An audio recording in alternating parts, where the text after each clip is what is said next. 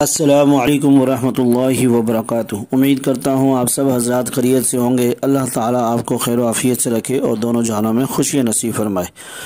آج ہم بات کریں گے کہ جو لا علاج مریض ہوتے ہیں، جن کو ڈاکٹر جواب دے دیتے ہیں اور بہت ساری دوائیں کھانے کے بعد، حکیموں کی دوائیں کھانے کے بعد وہ ٹھیک نہیں ہو پاتے اور ڈاکٹر حضرات کہتے ہیں کہ بس یہ لا علاج ہیں، ان کا کوئی علاج نہیں اور آپ ان کو گھر لے جائیں، ان کے لیے دعا کریں۔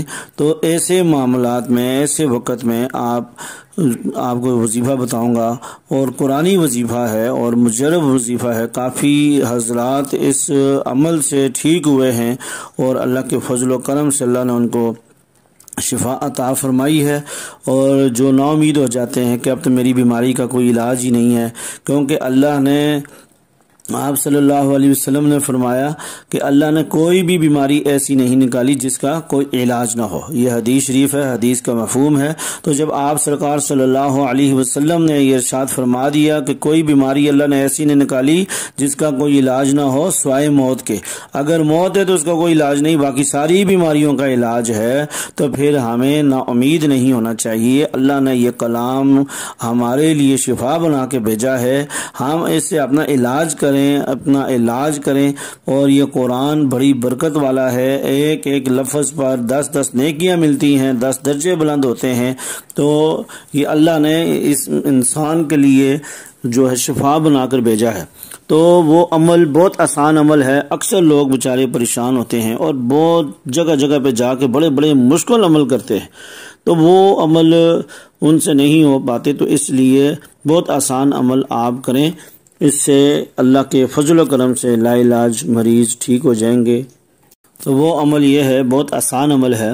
فجر کی نماز کے بعد جب آپ نماز پڑھ لیں اور آپ مریض کے پاس آئیں، مریض کے پاس بیٹھ کر، سر کی طرف بیٹھ کر، تھوڑا مریض سے اونچا ہو کر آپ بیٹھ کر آپ نے یہ سورت پڑھنی ہے، سورہ تغابن۔ یہ قرآن مجید کی پارہ نمبر 18 کی صورت ہے۔